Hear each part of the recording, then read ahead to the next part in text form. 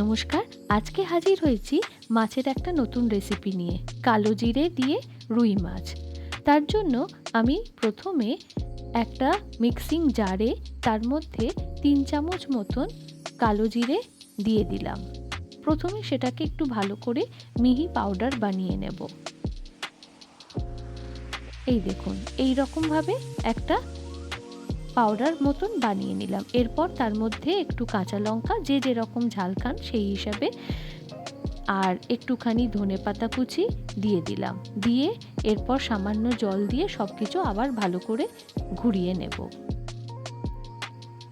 একটা পেস্ট তৈরি হয়ে গেল। এরপর আর একটা পেস্ট বানাবো। মিক্সিং জারে আবার দিয়ে দিলাম একটা টমেটো, একটুখানি আদা, রসুন আর একটা পেঁয়াজ। সেটাও ঘুরিয়ে নিয়ে একটা পেস্ট বানিয়ে রেখে দিলাম। এরপর মাছেতে নুন, হলুদ আর একটু লেবুর রস মাখিয়ে দিয়ে ভালো করে ম্যারিনেট করে রেখে দেবো মিনিট 15। তারপরে মাছগুলো তেলেতে ভালো করে এপিট ওপিট করে ভেজে তুলে রাখছি। মাছগুলো এপিট ওপিট করে ভেজে নেবার পরে এরপর আমি সেগুলো একটা আলাদা পাত্রে তুলে রাখছি। এরপর বাকি তেলেতে আমি একটা শুকনো লঙ্কা, একটুখানি পাঁচফোড়ন আর একটুখানি কালো জিরে ফোড়ন হিসাবে দিয়ে দিলাম। ফোড়নটা ফুটে ওঠার পরে এরপর আমি তাতে প্রথমে পেঁয়াজ, রসুন, আদা আর টমেটোর যে পেস্ট সেটা দিলাম। তারপরে দিয়ে দিলাম কালো জিরে, ধনেপাতা, কাঁচা লঙ্কার পেস্টটা দিয়ে সব কিছু ভালো করে তেলের সঙ্গে মিশিয়ে নিলাম। এরপর স্বাদ অনুযায়ী নুন দিয়ে দিলাম। একটুখানি টক দইকে ভালো করে ফেটিয়ে সেই ফেটানো টক দইটা আমি দিয়ে দিলাম।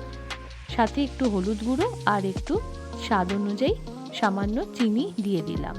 দিয়ে এরপর খুব ভালো করে এটাকে কষাবো যতক্ষণ না জলটা শুকিয়ে আসছে আর তেলটা ছেড়ে দিচ্ছে।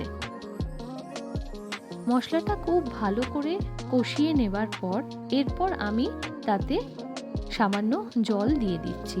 আপনার যতটা ঝোলের প্রয়োজন সেই অনুপাতে আপনি জলের ব্যবহার করবেন। এরপর ভাজা মাছগুলো দিয়ে দিলাম, দিয়ে কিছুক্ষণের জন্য ঢাকা দিয়ে দিলাম। ঢাকা সরাবার পরে মাছ প্রায় রেডি। শুধু ওপর থেকে একটুখানি কাঁচা সর্ষের তেল আমি ছড়িয়ে দিচ্ছি। এরপর এটা গরম ভাতের সঙ্গে আপনি সার্ভ করে দিতে পারেন। Thank you.